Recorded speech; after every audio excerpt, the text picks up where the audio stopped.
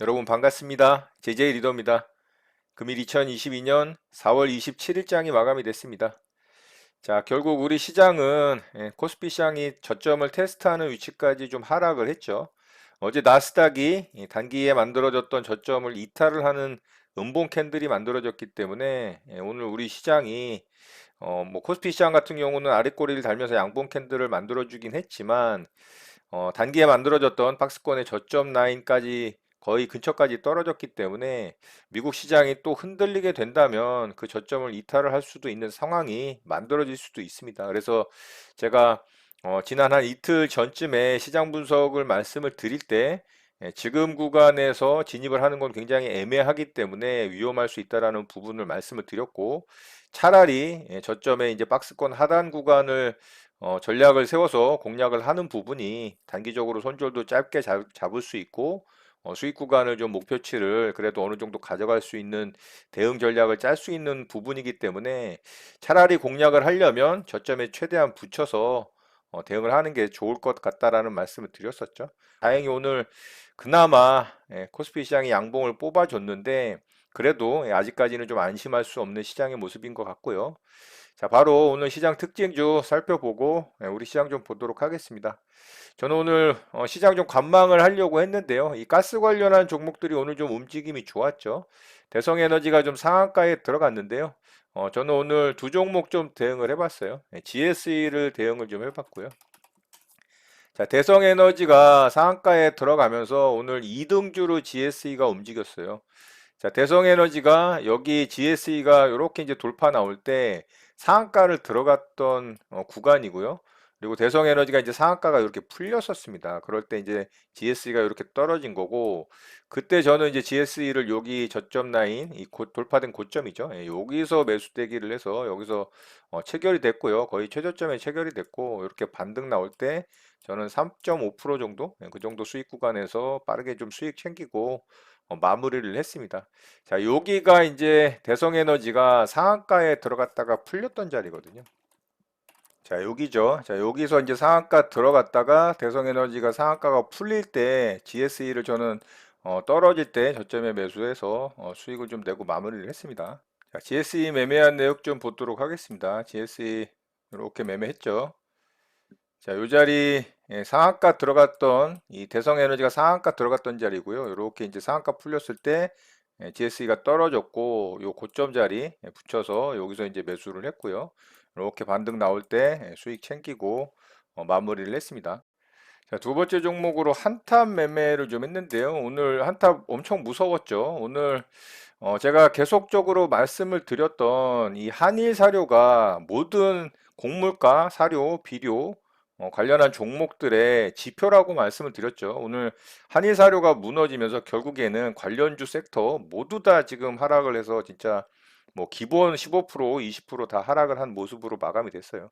저는 이제 한탑을 좀 대응을 했는데요. 한탑이 고점을 한 차례 슈팅이 나와서 찍고 정말 무섭게 떨어졌죠. 그래서 쭉 떨어졌다가 자, 이 자리에서 좀 아랫꼬리를 달면서 멈췄죠. 그래서 요 구간 정도 붙여서 매수를 하고 이렇게 이제 수익 줄 때 또 한 3% 구간에서 일단은 수익을 챙겼어요. 그랬더니 아래쪽으로 여기서 또 빠졌죠. 그래서 제 매수가를 여기서 터치를 했기 때문에 바로 이제 스탑로스로 걸어둔 물량이 체결이 되면서 본전가에 매도가 되고 일부 물량만 짧은 구간 좀 수익 챙기고 마무리를 했습니다.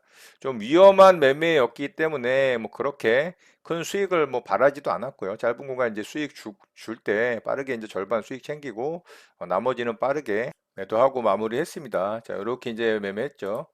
자, 여기 한 차례 급락 떨어지고 이렇게 이제 저점 지지하는 양봉 캔들 나올 때 아래쪽에서 매수해서 반등 줄 때 여기서 절반 팔았고요. 나머지는 스타노스 건 구간에서 매도되면서 마무리가 됐습니다. 자, 이렇게 해서 이제 한탑까지 짧은 구간 좀 수익 챙기고 오늘 매매는 좀 마쳤고요. 자, 바로 오늘 시장 특징주 살펴보고 우리 시장 좀 보도록 하겠습니다. 자, 대성에너지부터 좀 보도록 할게요. 자, 대성에너지 오늘 상한가에 좀 들어갔죠. 한 차례 급등을 줬다가 이렇게 조정을 줬는데 오늘 요런 이제 단기 고점 자리를 그래도 종가상으로 좀 돌파를 했죠. 그렇게 좋은 모습은 사실 아닙니다. 앞에 이런 강력한 매물이 존재를 하고 사실 에너지 관련해서 한 차례 급등이 나왔다가 어차피 재료가 소멸이 되면서 죽었던 종목인데 러시아에서 다시 가스 공급을 중단을 하겠다라는 경고를 하면서 그 이슈로 오늘 다시 에너지 관련주들이 급등이 좀 나왔습니다. 대성에너지가 일단 대장주로 치고 가는 모습이고 좀 급하게 상한가에 들어갔죠. 그래서 매매할 구간은 사실 딱히 없었고 그리고 일봉상의 위치가 너무 좋지 않았기 때문에 저는 이 종목을 좀 지켜보고 있다가 일단은 GSE를 매매를 해서 수익을 좀 챙겼죠. 그래서 이 종목은 내일 움직임 좀 살펴보는 정도 보면 좋을 것 같고요. GSE도 마찬가지죠. 오늘은 이제 GSE가 2등주로 움직였고요. 자, 이 구간에서는 GSE가 대장주로 움직였고, 일봉상의 모습은 차라리 이제 GSE가 나아요. 그런데, 대장주는 대성에너지입니다. 그래서 GSE를 이등주로 좀 보면서 내일 움직임 좀 살펴보면 좋을 것 같고요. 뭐, 중앙에너비스, 한국석유 같은 종목들 움직였는데, 3등주, 4등주 격이기 때문에 참고하는 정도로만 보시면 될 것 같습니다. 자, 그리고 파이버 프로 좀 보도록 하겠습니다. 자, 이 종목은 사실 그렇게 뭐 주목할 만한 종목은 아니라고 저는 생각을 했는데 오늘 굉장히 강하게 상승이 나왔죠.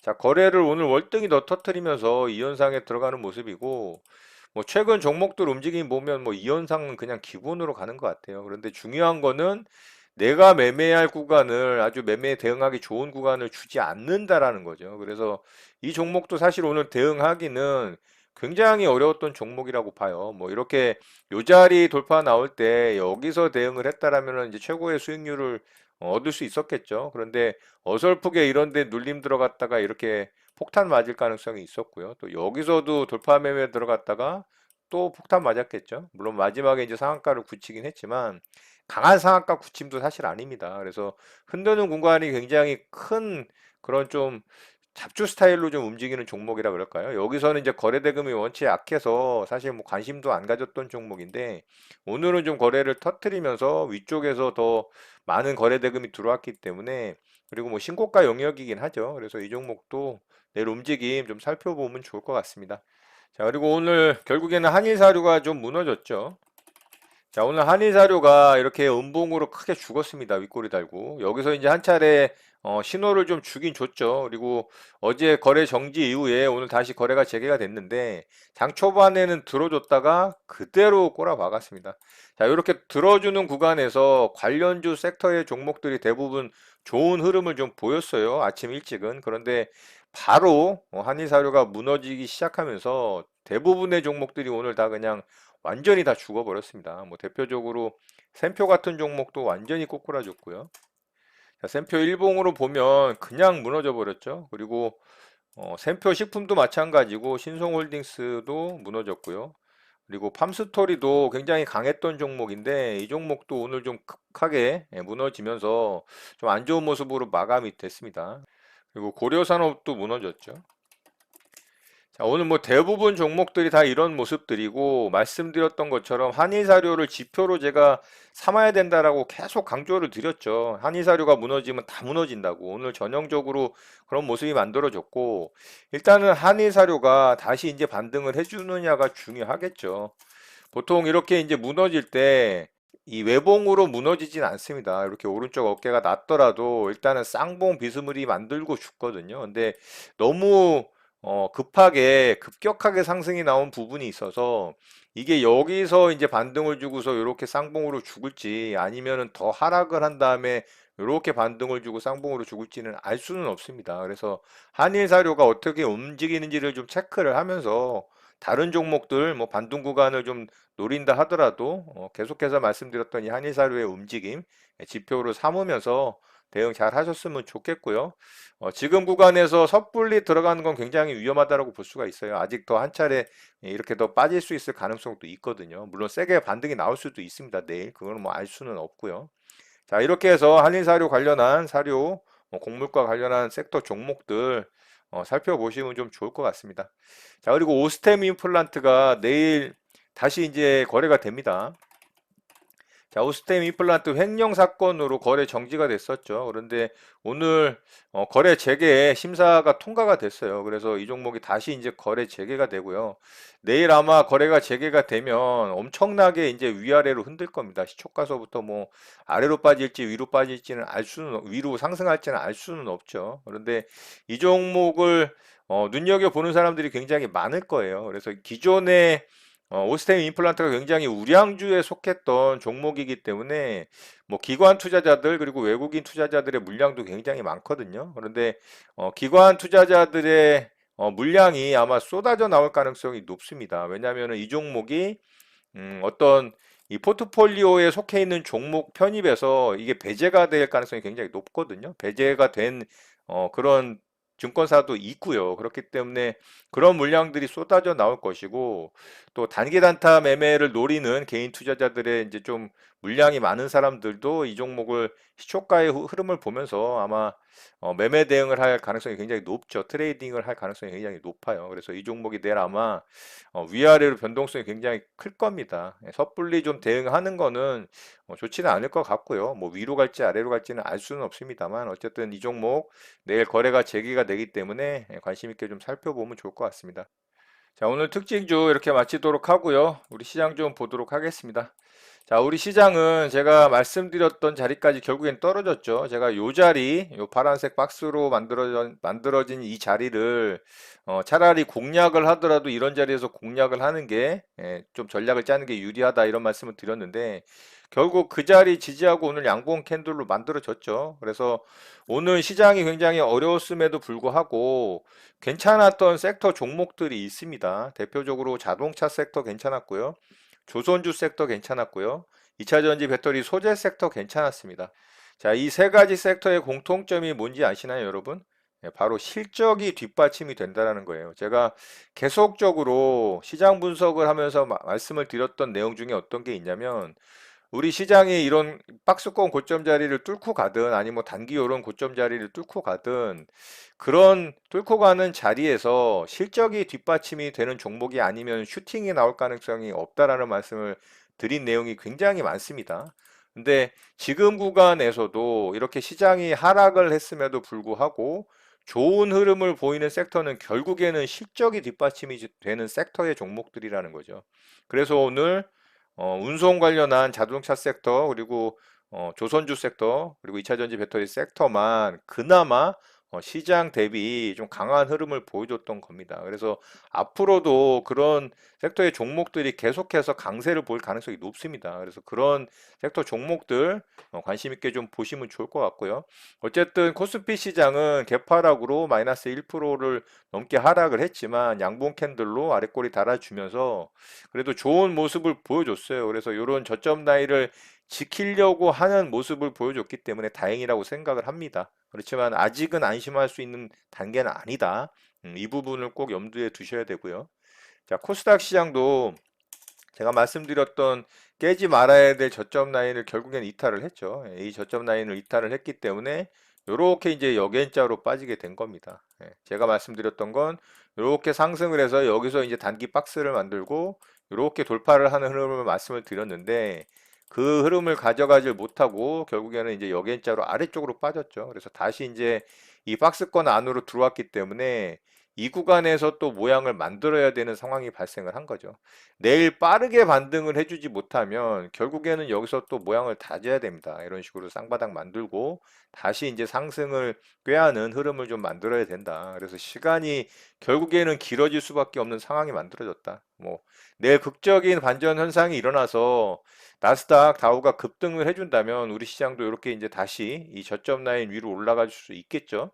그렇게 된다면 또 얘기가 달라질 수는 있습니다. 뭐 오른쪽 엉덩이가 낮은 요런 이제 쌍바닥을 만들고 뭐 이렇게 상승을 해줄 수도 있겠지만 개인적인 바람입니다. 이거는 그렇게 만들어지긴 좀 어려울 것 같다라는 게 제 생각입니다. 왜냐하면 지금 시장에 전혀 호재가 없습니다. 전혀 호재가 없고 오히려 악재는 질비하죠. 대표적으로 어제 테슬라가 12% 폭락을 했습니다. 왜냐하면은 뭐 뉴스를 보신 분들은 아시겠지만 트위터를 인수를 했잖아요. 근데 트위터를 인수할 자금 마련을 위해서 테슬라의 주식을 팔아야 되는 상황이 발생을 할 수가 있다는 거죠. 그게 몇십 조입니다. 자, 그러니까 당연히 테슬라의 주가에 영향을 미칠 수밖에 없었겠죠. 그래서 테슬라가 12%가 폭락을 했고, 또 연준의 이 매파적인 멘트들과 공격적인 금리 인상의 스탠스가 시장에 뭐 좋은 영향을 전혀 줄 수가 없겠죠. 오히려 더 악재성 뉴스로 작용을 하면서 시장을 급락시키는 요인으로 작용을 하는 부분이고요. 거기다가 또 중국의 베이징 봉쇄 이슈로 인해서 이 물류 대란 위기가 또 우려가 되고 있어요. 딱 그런 부분까지 시장에 또 충격을 주고 있는 상황이고, 거기다가 또 이 러시아에서 핵 공격 위협을 발언을 했잖아요. 그래서 그 부분에 대한 우려감까지 겹치면서 이거는 뭐 3중고의 4중고라고 봐야 됩니다. 그러니 시장이 갈 수가 없는 것이고, 나스닥 시장 같은 경우가 어제 급락을 하면서 진짜 말도 안 되는 이 저점을 이탈을 시켜버렸습니다.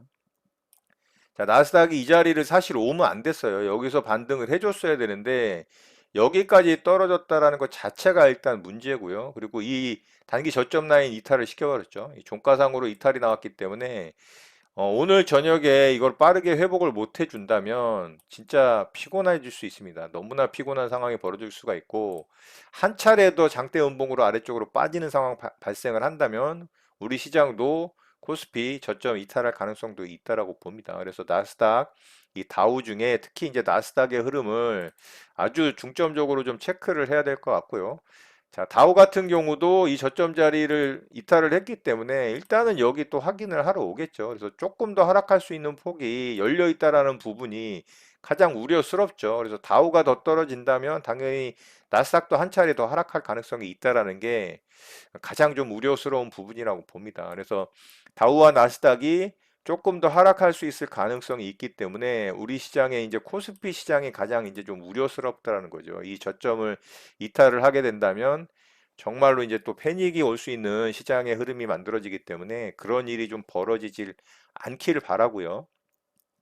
자, 굉장히 또 우려스러운 부분이 뭐냐면 이 환율이 진짜 천정 꼭대기를 뚫어버렸습니다. 오늘 갭으로 상승을 시작을 해서 종가상으로 1265원까지 찍어버렸고요. 이게 월간상으로 좀 보면은 자, 1250원을 돌파를 했던 때가 이 경제 충격이 왔을 만한 그런 순간들이거든요. 여기가 이 팬데믹 때입니다. 그러니까 팬데믹 때 이렇게 치솟았던 환율과 거의 뭐 동격까지 지금 와 있기 때문에 지금 시장이 얼마나 지금 어렵고 힘든지를 알 수가 있다라는 거죠. 그래서 환율이 빠르게 떨어지지 않는다면 외국인의 매도는 계속될 것이고 오늘도 뭐 6,700억 매도했죠. 자, 코스닥에서도 뭐 조금 매도하긴 했지만 계속적으로 매도를 하고 있기 때문에 시장의 종목들이 좋을 수가 없습니다. 그래서 환율 부분과 나스닥의 저점 이탈된 부분을 회복하는지, 그리고 환율 하락한다면 외국인의 수급이 적극적으로 시장에 들어오는지, 이런 부분들을 좀 체크해 가면서 우리 시장 좀 대응을 해야 될 것 같습니다. 자, 말씀드렸던 것처럼 만약에 이 자리를 공략하신 분들이 있다면 일단은 뭐 어느 정도 비중을 좀 들어가셨겠죠. 뭐 몰빵을 하진 않으셨을 거라고 보고요.